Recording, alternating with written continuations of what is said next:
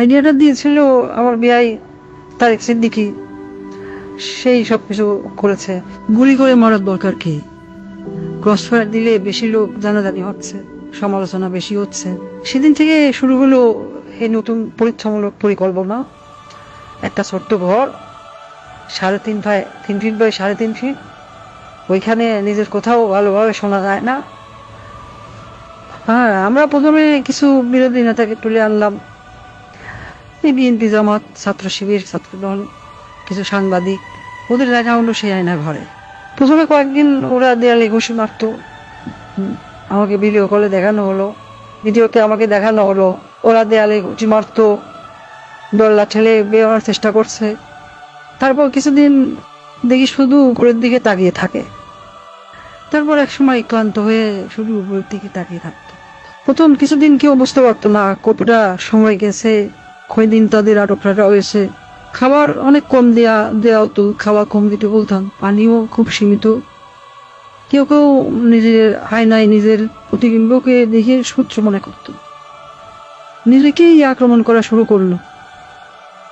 নিজের দেয়ালে নিজের হাত দিয়ে কষি মারলো, হাত রক্তাক্ত করলো।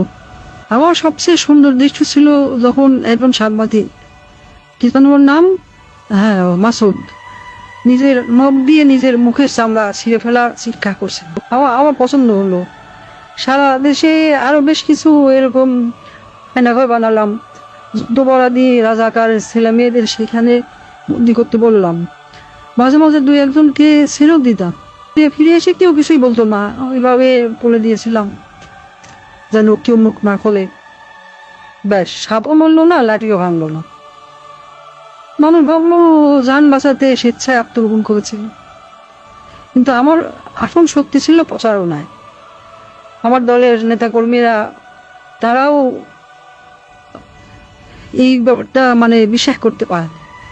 সত্যকে আমরা এমন ভাবে ধামাচাপা দিয়েছি, কেউ বিশ্বাসই করতে পারছে না আয়না ঘর আসলে ঘর বলতে সত্যি কিছু ছিল।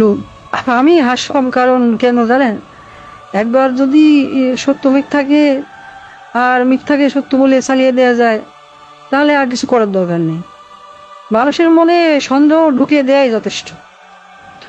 আমার বাবা বলতেন, একবার যদি কেউ নিজের চোখে দেখা জিনিসকে সন্দেহ করতে শিখে, তবে সে নিজের জীবনের উপর বিশ্বাস রাখে না। তখনই তুমি তাকে সম্পূর্ণ দখল করে দিতে পারবে। আমি তাই করেছি। আমি তাদের মনের উপর শাসন করেছি, আমি তাদের কল্পনাকে বন্দি করেছি। আর তাই আজও মানুষ সন্দেহ করে আয়না ভালো বলে সত্যি